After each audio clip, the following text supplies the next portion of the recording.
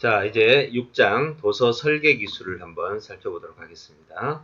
언어인지라는 것은 결국 이 세상에 있는 책을 읽어나가는 과정이죠. 그것이 한 권의 책이든 10권의 책이든 수없이 많은 책이든 결국 책을 읽어가면서 우리의 인지력이 개발되는 거죠. 인지력이 개발된다는 것은 하나는 정보가 습득되는 것이고 하나는 그 정보를 얻는 언어적 사고를 하는 것을 말합니다. 자, 그럼 이제 목차읽기 기술에서 정보를 가져오는 과정에서 제목만 가지고도 그 사이사이에 누락된 또는 연결이 되기 어려운 것들을 찾아가는 사고를 했죠. 그럼 이제 조금 더 구체적으로 이 목차들을 가지고 얻은 정보들을 또 지문을 이용해서 얻은 정보들을 설계도로 바꾸는 작업, 체계를 만드는 작업이죠. 같이 한번 생각을 해보도록 하겠습니다. 여러분, 학문이라는 말은 지식을 체계화한 것이라고 말합니다. 그러면 학자는 결국 지식을 체계화하는 자죠. 이 세상에 무지한 부분, 잘못된 부분을 계속 수정해서 또 찾아내서 새로운 걸 만들어가는 게 학자죠. 예. 현재 모든 기술들을 개발하는 것이 거의 대학의 교수들이죠. 연구자, 학자들이죠. 결국 이 학자들이 이 세상에 우리가 알지 못했던 것을 찾아내서 문명을 만들어가는 중요한 역할을 하고 있습니다. 결국 기존에 있던 지식을 체계화시키고 체계화시키는 과정에서 부족, 부재, 오류, 연관, 무연관이죠. 무연관 등을 찾아서 해결하는 사람. 결국 정보의 체계화라는 뜻입니다. 자, 도서 설계를 어떻게 하느냐? 책을 설계를 많이 하다 보면 결국 흩어진 정보들을 체계화할 수 있겠죠. 네, 도서 설계 기술은 바로 학문으로 들어가는 길입니다. 자, 한번 볼까요? 자, 먼저 도서 설계 기술을 이야기하기 전에 이 그래프를 꼭 보셔야 됩니다. 우리는 지적 역량을 개발하기 위해서 어떤 공부에 시간을 투입하는데 교과서를 가지고 공부할 때는 대체로 이런 그래프가 나옵니다. 내가 이만큼 공부하면 역량은 이만큼 자라는 거죠. 이만큼 하면 이만큼 자라고. 그래서 정상적인 조건에서 또 올바른 방법을 사용한다면 이러한 그래프가 형성이 되죠. 이쯤 되면 아주 좋은 구조입니다. 그런데 만약에 좀 더 학습 효율성이 높은 사람이라면 이만큼 했는데도 결과는 이만큼 나올 수 있습니다. 그럼 그래프가 이렇게 되겠죠. 예, 그래프가 이렇게 올라갑니다. 또 더 짧게 공부했는데도 결과가 잘 올라간다면 그래프는 이렇게 갈 수 있겠죠. 예.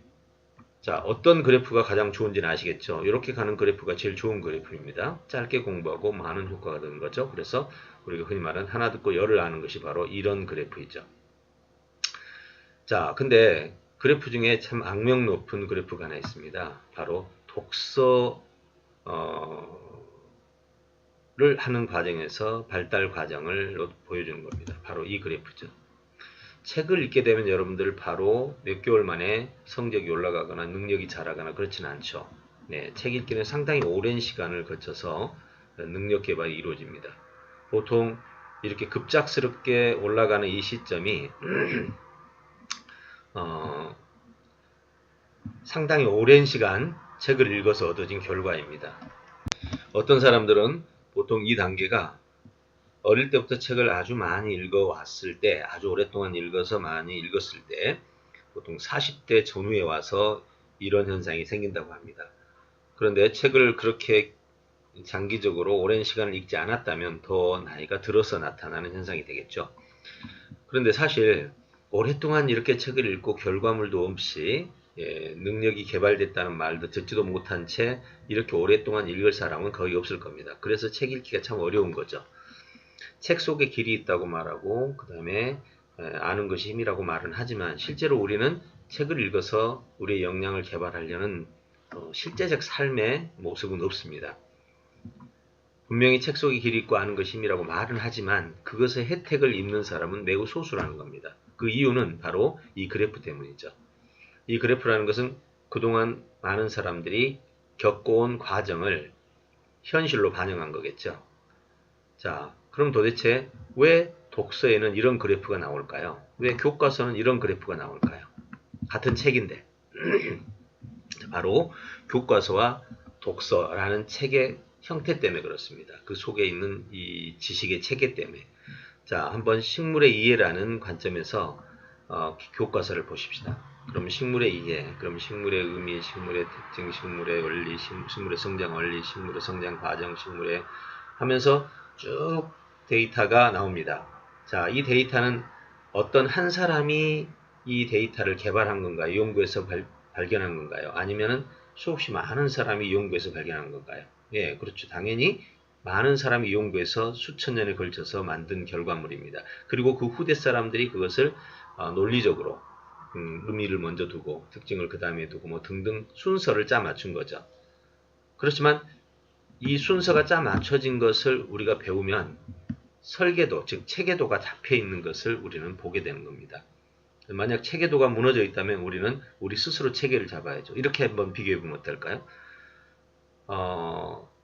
교과서형 책을 빼버리고 그냥 식물에 대한 연구된 책, 원논문이죠. 예, 원논문에 대해서 식물의 잎사귀를 연구한 사람, 엽록소를 연구한 사람, 그 다음에 세포를 연구한 사람, 뿌리를 연구한 사람, 이런 책들을 수백 권, 수천 권을 가져다 놓고 이걸 읽은 다음에 지금 교과서처럼 만들어 보렴 한다고 했을 때 누가 그걸 할 수 있을까요? 식물에 대한 사전 지식이 없이 말입니다. 결국 불가능한 일이죠. 그러니까 결국은 교과서는 수천 년에 걸쳐서 지식을 체계화해 온 결과물이고 독서는 한 권의 책 속에 모든 것이 다 담겨져 있지 않습니다. 그렇기 때문에 독서는 교과서라는 큰 요약된 큰 틀에서 본다면 독서는 도서죠. 일반 도서는 파편화된 지식이라고 볼 수 있죠. 책을 읽을 때는 우리가 파편화된 정보를 읽어 나가기 때문에 결국 그 그림이 빨리 안 잡히는 거죠. 쉽게 말하면 독서는 책 한 권 안에서는 체계화된 로직이 있지만 책이 2권, 3권 넘어가는 경우에는 이 로직 체계가 무너집니다. 2권, 3권 같은 주제의 책을 읽게 되면 거기는 중복이 엄청나게 많죠. 예를 들어 집중에 대한 책을 10권 샀다. 그러면 아마 95%가 중복되어 있을 겁니다. 물론 약간 다른 것이 하나씩 있겠죠. 결국 교과서는 중복 없이 누락 없이 체계를 잡아서 정리해 놓은 책이고 일반 도서는 한 권 한 권은 체계가 있지만 여러 권이 모이면 거기에는 체계가 없게 됩니다. 그럼 여러 권이 있을 때 우리는 어떻게 할까요? 또 교과서를 만드는 사람의 입장을 한번 생각해 볼까요?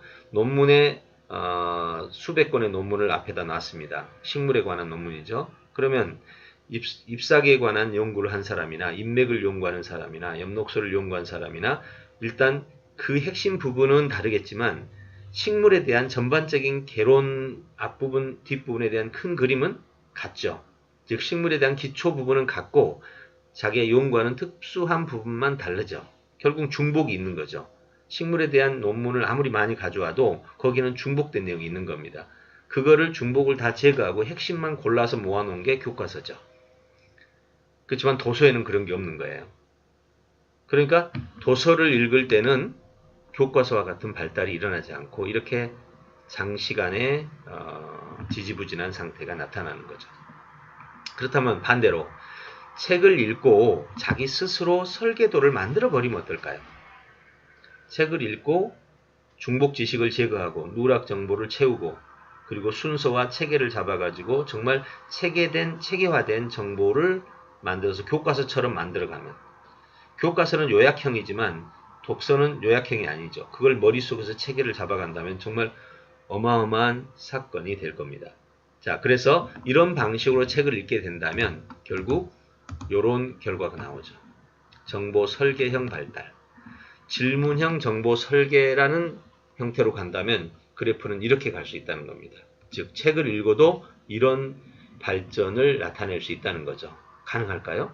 네, 실제 사례를 한번 같이 보겠습니다. 자, 이 내용은 꽃들에게 희망이라는 책입니다. 이건 서양과학사라는 책인데 짧게 요약해 놓은 내용이에요. 자, 먼저 꽃들에게 희망을 한번 그러면 불러서 한번 보죠. 꽃들에게 희망이라는 아주 짧아요. 이거는 지문과 별다를 바 없습니다. 지문과 거의 같은 수준이라서 이렇게 표현을 했는데요.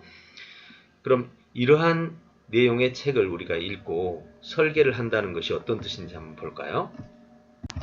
자, 꽃들에게 희망이라는 책입니다. 자, 다른 건 빼고 작가 개요 놔두고요. 그 다음에 작품으로 들어갑니다. 바로 주제와 요점이 한 문장으로 주제가 나오고 요점이 나와 있습니다. 자, 그럼 이제 작품 구성을 보죠. 작품 구성을 보면 이제 설계도가 나옵니다. 이 주제를 중심으로 설계도가 나오는 거죠. 이렇게 이 주제를 중심으로. 네, 꽃들에게 희망을 다 아실 테니까요. 작품 구성입니다. 이 내용이 이렇게 제목으로 바뀝니다. 진정한 성공이라 다른 이에게 희망을 주는 것이다. 희망을 주는 성공이라는 뜻입니다. 자, 이 희망을 주는 성공이란 말은 두 애벌레가 나비가 돼서 결국 다른 사람들에게 희망을 주죠. 네, 그러면 애벌레 이야기가 이렇게 펼쳐집니다. 이건 스토리이기 때문에 줄벌레라는 말은 여기서 줄무늬 애벌레라는 뜻이고요. 노벌레라는 것은 노랑 애벌레를 그냥 줄여서 썼습니다. 자, 줄벌레의 탄생과 성장, 줄벌레와 노벌레의 인연, 줄벌레 노벌레 이별, 애벌레 진정한 성공. 우리 스토리 아시죠? 네. 그리고 다시 펼치면 줄벌레의 탄생과 고민, 탐구와 질문, 발견과 도전, 경쟁과 생각. 패턴화되어 있죠? 네. 탄생과 고민에서 탄생, 식사, 고민, 탐구와 질문에서 탐구와 질문, 발견과 도전, 그 다음에 경쟁과 생각. 네. 다시 들어가면 하위 요소가 나옵니다. 자, 이대로가 하나의 스토리이자 하나의 구성도, 또 설계도입니다. 자, 이렇게 앞에서 보았던 것처럼 앞에서 우리는 이걸 봤죠. 분명히 글자, 문장으로 이루어진 내용이 이렇게 설계도로 바뀌어 있습니다. 자, 식물에 의해서 식물에 대한 이야기가 하나의 체계도로 바뀌어 있는 것처럼 바로 여기서는 이렇게 꽃들에게 희망이라는 이야기가 이러한 구조도로 바뀌어 있는 거죠. 이렇게. 네, 이것이 바로 설계도라고 합니다. 이런 설계도를 본다면 설계도를 만드는 사람은 힘들지만 보는 사람은 매우 쉽죠. 줄벌레 탄생과 성장 인연. 자, 탄생과 성장에서는 이렇게 됐구나. 쉽죠. 바로 탄생과 고민에서는 뭘 했구나. 쉽죠? 아주 쉽게 그냥 한번 쭉 보기만 해도 이게 무슨 얘기인지를 바로 잡게 되죠. 그렇지만 이걸 글자로 읽는다 그러면 상당한 시간이 걸려서 읽어야 됩니다. 시간이 걸려서 읽는다 하더라도 이런 생각들을 머릿속에 잡기는 어렵죠. 네. 이렇게 설계를 만든다라는 거. 그렇다면 이 말은 자, 꽃들에게 희망을과 같은 책을 10권을 골라가지고 그 책을 읽고 또 설계도로 만들 수 있겠죠. 자, 그렇다면 책 한 권을 읽고 설계도로 만든다면 책에 대한 요약 구성이 되겠지만 주제가 같은 책을 10권을 읽고 그거를 중복을 제거하고 누락을 채워서 순서와 체계도를 만든다면 이것은 또 하나의 저술이 되겠죠. 네, 이렇게 해서 우리는 새로운 저술을 해나갈 수 있다는 겁니다. 자, 멋있죠? 이게 바로 설계라는 관점이죠. 자, 이번에는 서양과학사라는 내용을 같이 한번 보도록 하겠습니다. 서양과학사라는 책을 원페이지로 요약한 내용이 이겁니다. 교양으로 읽는 서양과학사가 있죠. 보시면 서양과학의 저자의 주장입니다. 발전 요인, 저술 의도 목적, 서양과학사에 대한 이해로 과학을 체계적으로 파악하기, 그리고 이제 글의 주제입니다. 서양과학은 기여했다. 그 다음에 여기서부터 이제 책의 요약입니다. 1장 고대와 중세의 서양과학, 2장 르네상스 이후 17세기 서양과학, 3장 그 다음에 이게 전부입니다. 거의 원페이지 북이죠. 이 원페이지 북을 가지고 학생이 요약을 했습니다. 즉 설계를 한 거죠. 한번 설계를 볼까요? 자, 교양으로 읽는 서양과학사라고 되어 있죠.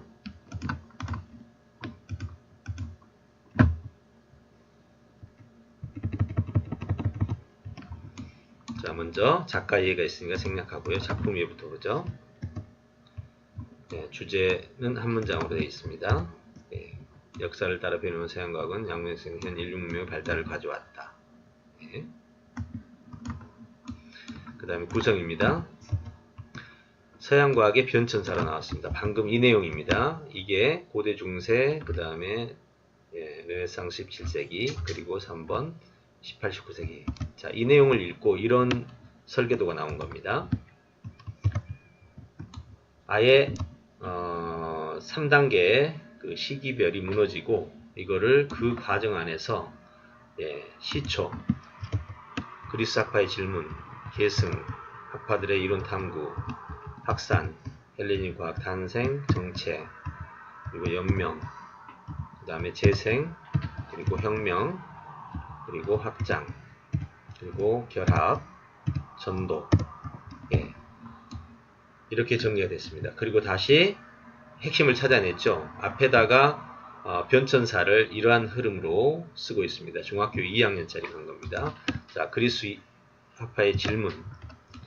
주역은 누구냐? 상황이 어땠느냐? 주제가 뭐냐? 장소가 뭐냐? 같은 패턴을 썼습니다. 그죠? 이렇게 같은 패턴을 썼죠. 그 다음에 각 주역에 대해서 이제 하위 요소는 하위 요소를 분석해서 여기다 놓습니다. 여러분 보십시오. 참 예술 같죠? 이 일 이후로 우리는 매핑 아트라는 말을 썼습니다. 정말 보셨던 이 3장까지의 내용을 완전히 분석해서 이렇게 바꿔놨다는 건 정말 믿기지 않죠. 이 아이는 이 과정을 공부하러 왔다가 결국 학교를 그만두고 우리 올영교육에서 공부를 했던 아이였습니다. 참 놀랍지 않으세요? 저도 이걸 보고 정말 놀랐습니다. 어떻게 저 글 속에서 이런 패턴을 찾을 수 있었을까 하는 생각을 하게 됐죠. 자, 이렇게 한 편의 A4 용지 한쪽 반 정도의 글을 읽고 방금과 같은 설계를 해낼 수 있었다는 겁니다. 이게 바로 설계 기술이에요. 어떻게 설계가 나올지 사실 아무도 알 수가 없을 만큼 설계라는 것은 흥미진진한 내용이 되겠죠.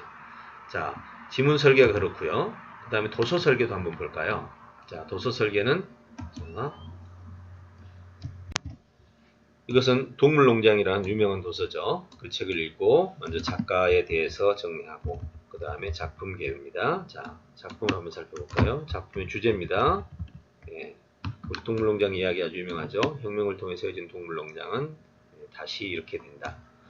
자, 작품 구성을 보면 동물농장은 당시 이 소련의 그 비판을 하기 위해서 쓰여진 책이라서 목차도 없습니다. 그냥 1, 2, 3 이렇게 되어 있죠.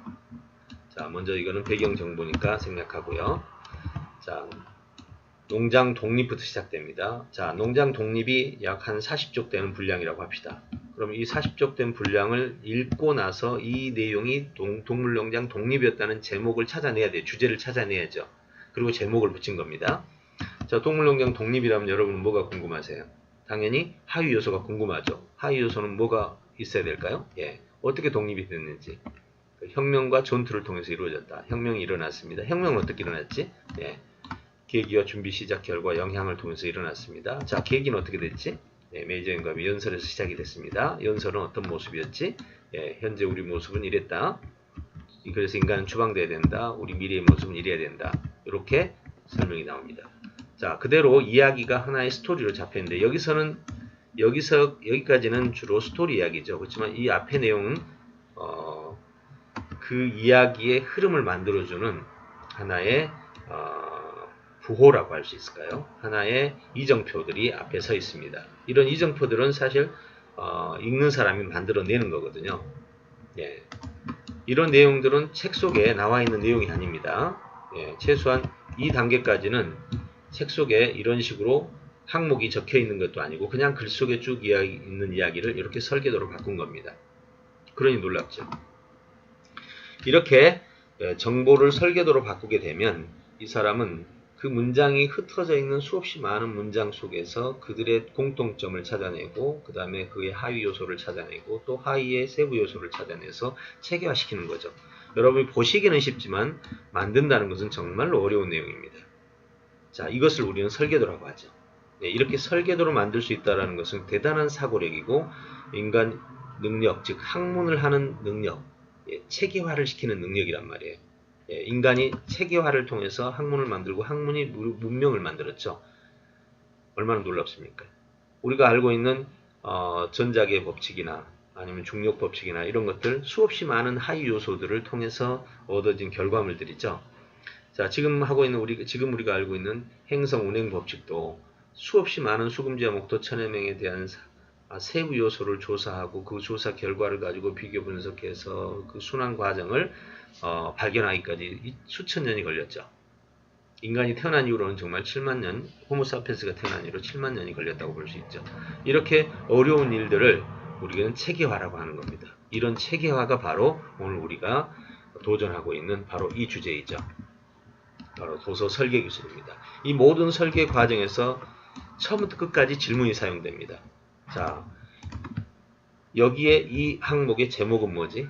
그러려면 주제는 뭐지? 주제를 찾기 위해서는 문장을 읽어나가면서 문장을 읽어나가는 모든 과정이 다 주제로 바뀝니다. 그러면서 그 주제들이 상하관계와 동류관계와 그 다음에 포함과 인과관계에 의해서 이어지는 정말 인지적 활동의 극치라고 볼 수 있겠죠.